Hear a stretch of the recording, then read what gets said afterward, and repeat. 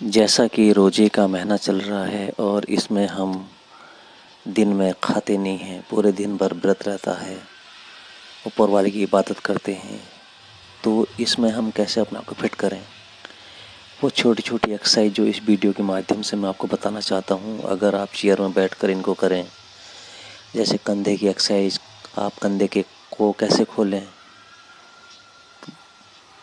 यह कंधे के दर्द को दूर करता है, आपके कमर दर्द को दूर करता है, गर्दन दर्द को दूर करने वाली एक्सरसाइज।